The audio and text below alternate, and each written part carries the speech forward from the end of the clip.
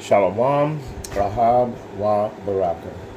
First and foremost, I want to give all praise, honor, and glory to Yahweh, Bahashem, Yahweh Shai, Waha Rakakadash, and double honors to all the elder apostles, the prophets, and the teachers over at GMS that have been bringing out this 100% truth for the last 30 plus years. And to the disciples, along with the sincere Akyawa Akwa, the students and the brothers and sisters that are in the 1/3, salutations. I just want to get right into it. I wanted to do a class on being meek. One of the brothers in the Arizona camp for GMS brought out a class about meekness, and I thought it was a beautiful class, so I wanted to see if I could build on it just a little bit. So let's go ahead and get Numbers chapter 12. We're going to start at verse 3. So verse 3 reads, and let's see if I can make this look just a little better in here. No, it doesn't change anything, does it? I thought I could make the letters come out better, but let's not deal with it right now. Let's just read. Without further ado, Numbers 12 and 3. Now, the man Moses was very meek above all the men which were upon the face of the earth. Okay, so Moses was a meek man, and that meant he was humble. And it also meant that he was reclaimed from wildness to become skilled at controlling himself and his temperament. So that's actually what meek means. So this is Numbers. So let's go back some years now. Let's go to the Exodus. Because before any of this happened, you got to remember Moses was just like everybody else, you know. He had love for his brothers, just like we have love for our brothers. And so, let me show you guys something. Let's start at verse 11. And it came to pass in those days when Moses was grown that he went out unto his brethren and looked on their burdens, and he spied an Egyptian smiting a Hebrew, one of his brethren. So he sees an Egyptian smiting one of the Hebrews. This is when he's young, okay? This is like he's grown up right now. He's a young man. So he has a lot of zeal, but not as much wisdom as zeal, let's just say that. And he looked this way and that way. And when he saw that there was no man, he slew the Egyptian and hid him in the sand. So meek means to be humble, but you got to understand what it means for real. So how can you be humble? How do you get to humbleness is a very good question. So to be meek or to be humble, you have to reclaim from wildness, to be skilled at controlling yourself and your temperament. So when Moses was younger, he saw somebody doing something wicked to one of his people, and he lost it. So he wasn't meek at this time. But when he got older, he was able to use his wisdom instead of his strength. So the definition of meek, it really means to have the strength and power to complete a task, but to rely 100% on Yahweh, Bahashem, Yahweh Shai to bring you through it. So you're not going by your own strength, you're going by the power of the Spirit. And so that's what it means to learn to control yourself and your temperament. Because when you're in this truth, that's the first thing that you learn. And you know what? I'm gonna bring out a really good example of learning to control yourself and your temperament. Because you guys remember when David was fighting with Saul, and He was running from Saul. He wasn't trying to deal with them in any way, shape, or form. And Saul was tracking him down, getting closer and closer. And so I want to show you guys something, because David had the opportunity to take Saul down, but he instantly became meek. And I'm going to show you. So let's start at verse 4. This is 1 Samuel 24, starting at verse 4. And the men of David said unto him, Behold, the day of which the Lord said unto thee, Behold, I will deliver thine enemy into thine hand, that thou mayest do to him as it shall seem good unto thee.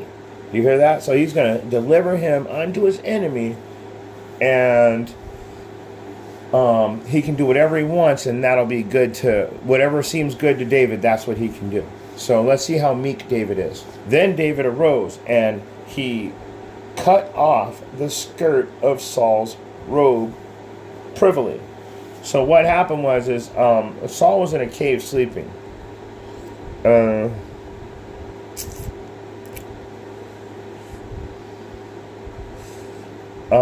just looking to see if it said that he was actually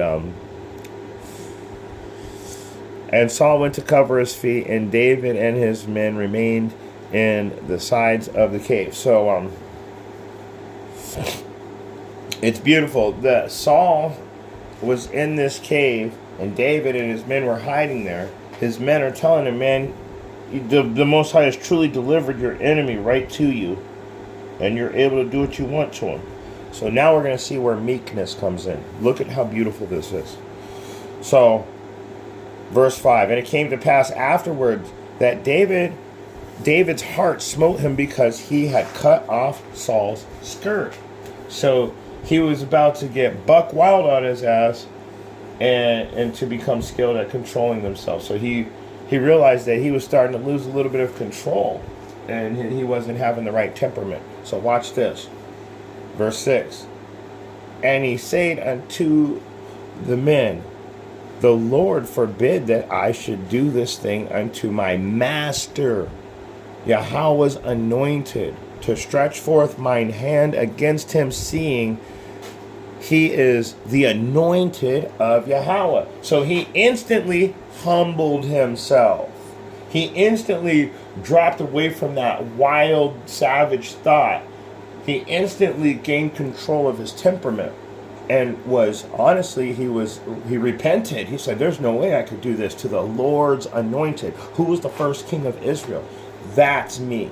Now, if you know anything about David and Moses, they're the same person. That's a different class for a different day. But let's keep going, though. Verse 7. So David stayed his servants with these words, and suffered them not to rise against Saul.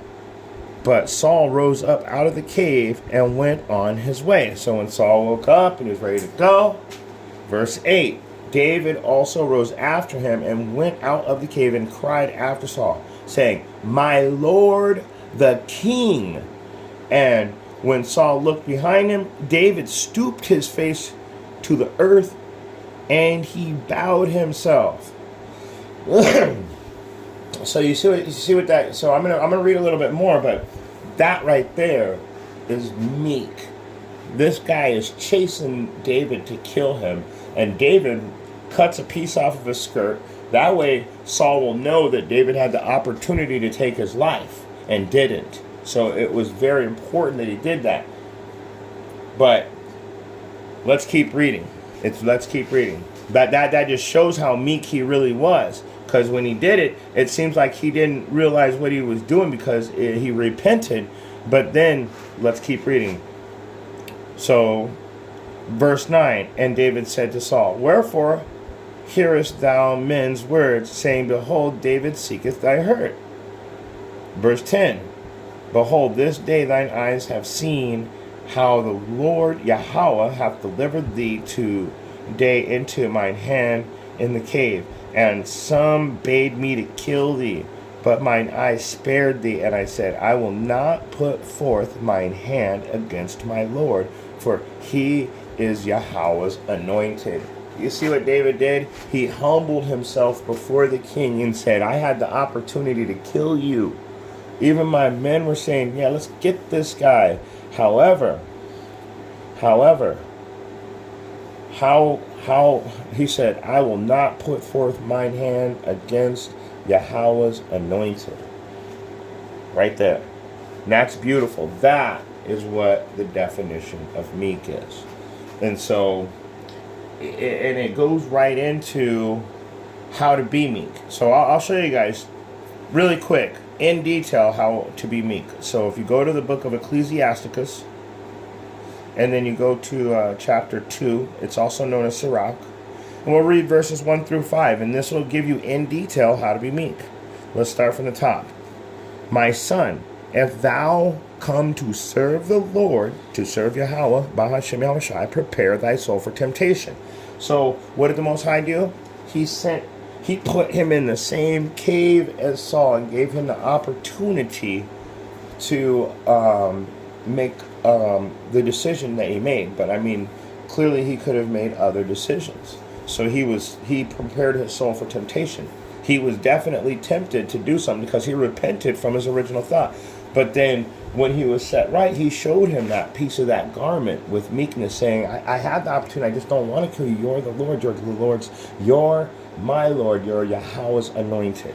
So, let's go ahead and keep reading. Verse 2.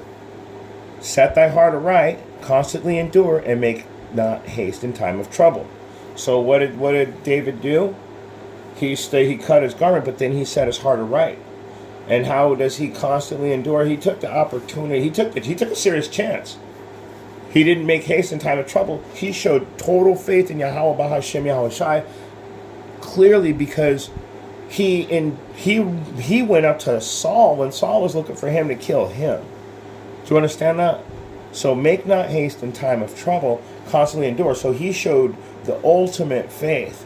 He came to his the person that wants to kill him and bowed down and called him king and showed him the garment.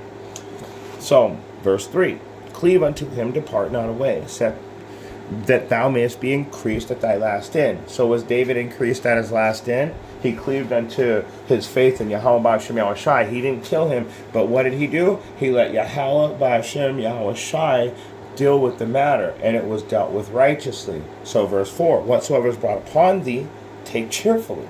And taking cheerfully, like I've told you before, it means to have that faith we've been talking about.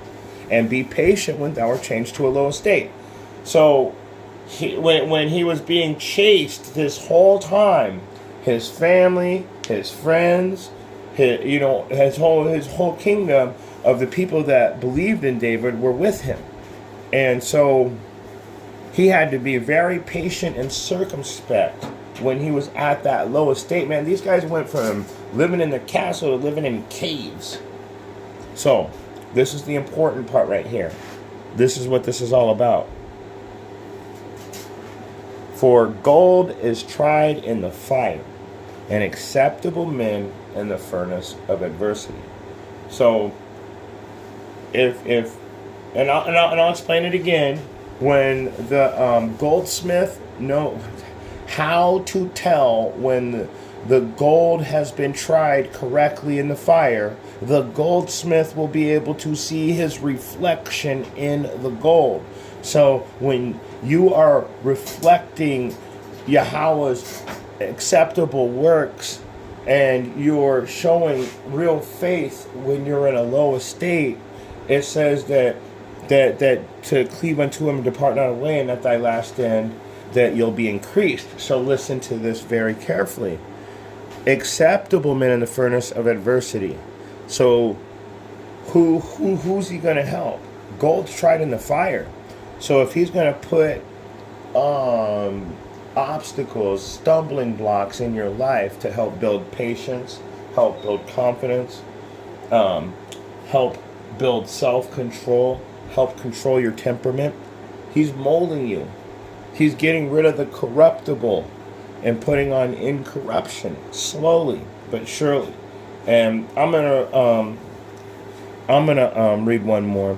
Believe in him, and he will help thee. Order thy way right and trust in him. Okay. So that's the important part right there.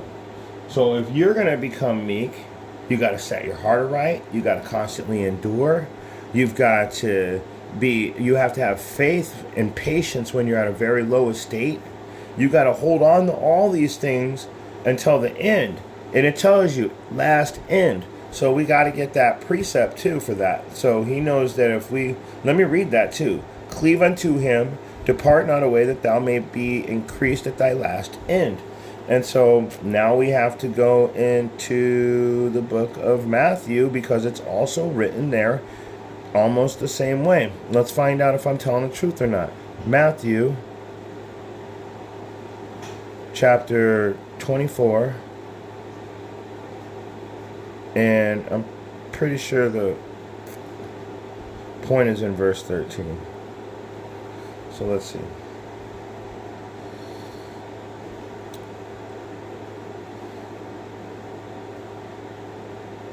Well, you guys can see it, right? I'm really having problems with this tablet. I don't have the permissions to clean it out because it belongs to the company I work for.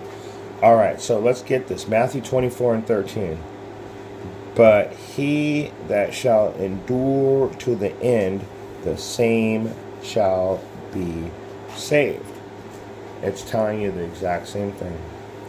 He that shall endure until the end. So the person that, let's go back over to Sirach. So keep that in mind. The person that's going to endure until the end, that's the same person that's going to be saved. So let's go back to Ecclesiasticus chapter 2 and see if it's saying the same thing. Let's see. Cleave unto him, depart not away, that thou mayest be increased at thy last end. Okay? So he's going to put you through a lot of stuff to make sure that you're worthy of the kingdom. And we're all going through it. Man, I'm up in arms all day, every day. And believe me, it doesn't go away. It never gets old. I'm worried every day. And for all you people that are already saved, wow, it must be great. But I know that I have to cleave unto him and depart not away that thou mayest be increased at thy last end, which goes into being meek. I don't think you guys understand that, but this is how you become meek. And so, with that being said, if you've got eyes to see and ears to hear, I hope you got something out of this short message. Shalom. And one more thing. I just got one more time. Call Holayala Yahweh, Bahashim Yahweh Shai, Waha Rakakwadash.